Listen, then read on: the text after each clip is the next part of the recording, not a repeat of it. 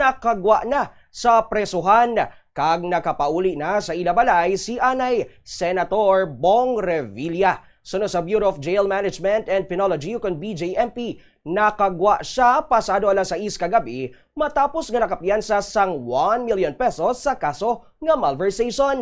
Nakaangkon si Revilla sang temporaryo nga kahilwayan matapos nga ginaprubahan sang Sandigan Bayan 3rd Division ang iya petisyon para sa amo nga piyansa. Ang kaso sini nga malversation ang naangot sa maanomalya nga 92.8 million pesos nga alleged ghost project o kon ghost flood control project sa Pandi, Bulacan. Sunod sa iya abogado nga si Attorney Isaiah Asuncion, bangod nakitaan sang korte nga wala sang bastante nga ebidensya nga pamatud-an nga guilty si Revilla paagi sa bail hearings, posible nga may implikasyon ini sa mayor nga kaso nga ginaatubang sang former senator. Of course, nalulugod yung kampo ni Senator Revilla at napagbigyan ng kanyang petition for bail. Hindi ko pa masyado nababasa kasi the decision consists of 176 pages.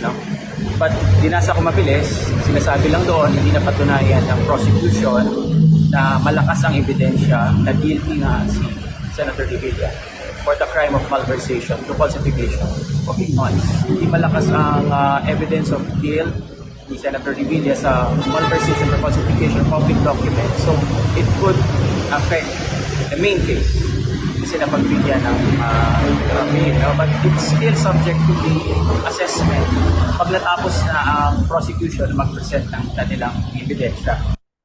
Nabatian si Attorney Isaiah Asuncion, ang legal counsel ni Bong Revilla. Naibalawaan nga base sa resolusyon sang Sandigan Bayan na paslawan ng prosecution nga mag-establisar sang mabaskog nga evidence of guilt sa kaso nga malversation through falsification of public documents. Nagabot si Revilla sa Sandigan Bayan alas 4:41 sa hapon.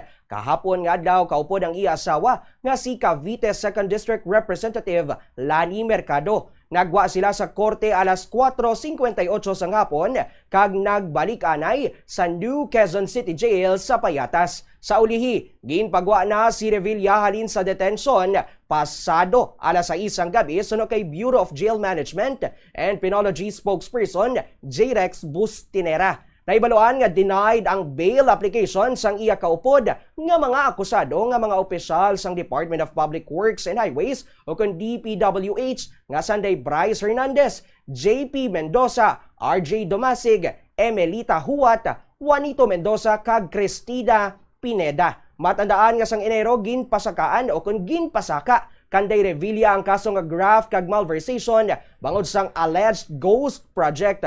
Pending ang kaso nga graft sa 4th Division sang Sandigan Bayan kun sa diin una na siya nga nakapiyansa, samtang yara naman sa 3rd Division ang kaso nga malversation nga mo naman ang iya ginpiyansahan kahapon nga adlaw.